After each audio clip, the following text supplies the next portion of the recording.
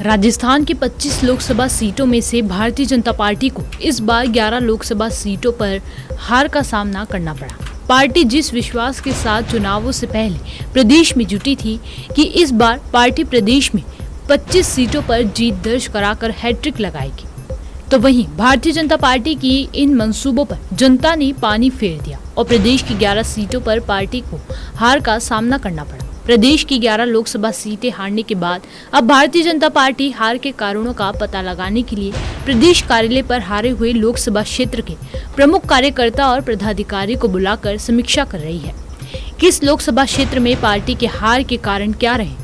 Party क्षेत्र में कमजोर क्यों पड़ी, इस पर आज प्रदेश कार्यालय पर प्रदेश अध्यक्ष सीपी जोशी और पार्टी के पदाधिकारी और मुख्यमंत्री भजन लाल के सानिध्य में झुंझुनू, सीकर, श्रीगंगानगर, बाड़मेर, टोंक सवाई माधोपुर सहित कई लोकसभा क्षेत्र के वरिष्ठ पदाधिकारी और कार्यकर्ताओं को बुलाकर समीक्षा करने में जुट गई है। गौरतलब है कि कई विधायक सांसद बनकर दिल्ली चले गए हैं, तो कई राज्यसभा सांसद भी लोकसभा के लिए चुने गए हैं। तो प्रदेश में कई विधानसभा में और राज्यसभा के लिए बॉय इलेक्शन होने इसकी भारतीय जनता पार्टी अभी से तैयारी में जुट गई है। किसी तरह से प्रदेश में बीजेपी की सरकार रहते बॉय इलेक्शन पार्टी प्रदेश में न हारे, जिसके पार्टी की किरकिरी न हो। प्रदेश कार्यालय पर हुई समीक्षा बैठक और उपचुनावों को लेकर भारतीय जनता पार्टी के प्रदेश उपाध्यक्ष मोतीलाल मीणा का क्या कुछ कहना है, हम आपको सुनवाते हैं। अब लोकसभा के चुनाव खत्म हो गए सारा, अब कई सीटों पर जो एमएलए थे वो सांसद बन गए, राज्यसभा में थे वो भी सांसद चुन के आ गए। तो अब संगठन जो है भारतीय जनता पार्टी का, जिन सीटों पर अब बाई इलेक्शन होना है उनके लिए क्या तैयारी पार्टी की तरफ से की जा रही है? देखो, सबसे पहले तो भारतीय जनता पार्टी जहाँ कहीं कमी रह जाती है तो उसकी समीक्षा करती है, समीक्षा करके उस कमियों को दूर करने का काम करते हैं। आज हम यहाँ बैठे हैं, आज हमारे प्रदेश कार्यालय पर हमारे प्रदेश की सह प्रभारी हमारे प्रदेश अध्यक्ष जी, जिन लोकसभा क्षेत्रों में हम चुनाव हार गए हैं उन लोकसभा क्षेत्र के प्रमुख लोगों को आज बुलाया गया है और उनके साथ में ऐसी कौन सी कमी हमारी पार्टी की रही, हमारी सरकार की रही, जिसके कारण से जनता ने उन जगह पर हमें जनादेश नहीं दिया, तो उन कमियों को पूरा करने के लिए आज सबकी समीक्षा की बैठक चल रही है। और समीक्षा बैठक ये राजस्थान की जनता के हित में एक बड़ा बजट, ये सारी जो जन सुनवाई पार्टी प्रदेश पदाधिकारियों के द्वारा और शीघ्र ही मंत्रियों के द्वारा जो जन सुनवाई की जाएगी, ये सारी चीज़ें, इस चीज़ को देखकर ही हम तैयारी कर रहे हैं कि जो उपचुनाव राजस्थान के अंदर होने वाले हैं उनमें लगभग वो सारी सीटें कांग्रेस या कांग्रेस के दलों की है। और मुझे पूरा भरोसा है कि राजस्थान की जनता ने जिस प्रकार से भाजपा को राजस्थान सरकार बनाने का अवसर दिया है, तो उनके बहुमत को बढ़ाते हुए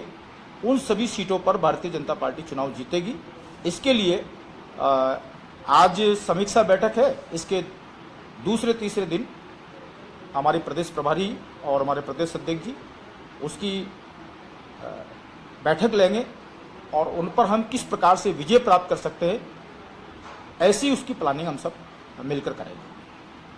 वहीं अब भारतीय जनता पार्टी की समीक्षा बैठक के बाद पार्टी जिन क्षेत्रों में कमजोर थी, जहां से चुनाव भारी है, बाय इलेक्शन में जिस तरह से तैयारी कर रही है, अब देखना है कि क्या जनता बाय इलेक्शन में भी लोकसभा चुनाव की तरह भारतीय जनता पार्टी को मात देगी या फतेह करवाएगी। ये जब चुनाव परिणाम आएंगे तभी तय हो सकेगा।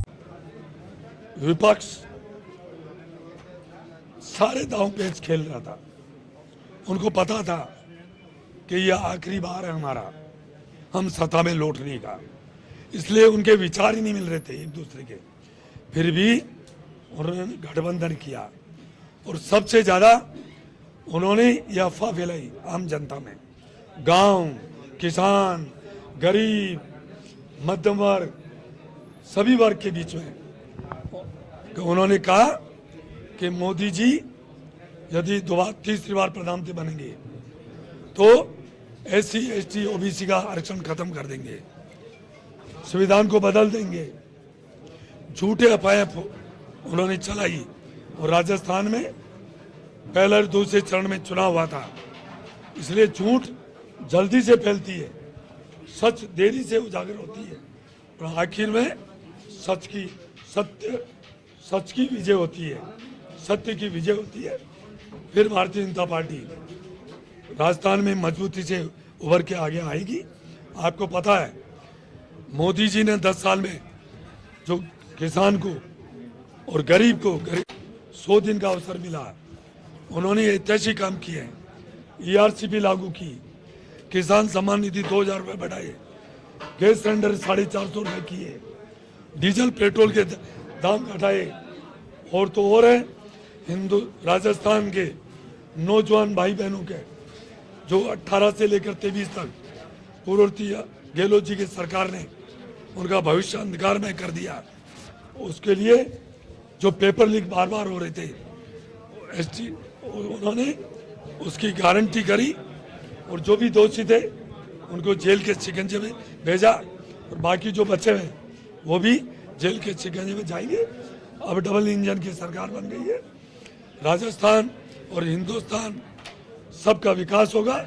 और मैं कह सकता हूं आज कि 2024 से 29 में विकास की दृष्टि से हिंदुस्तान, राजस्थान विकास की दृष्टि से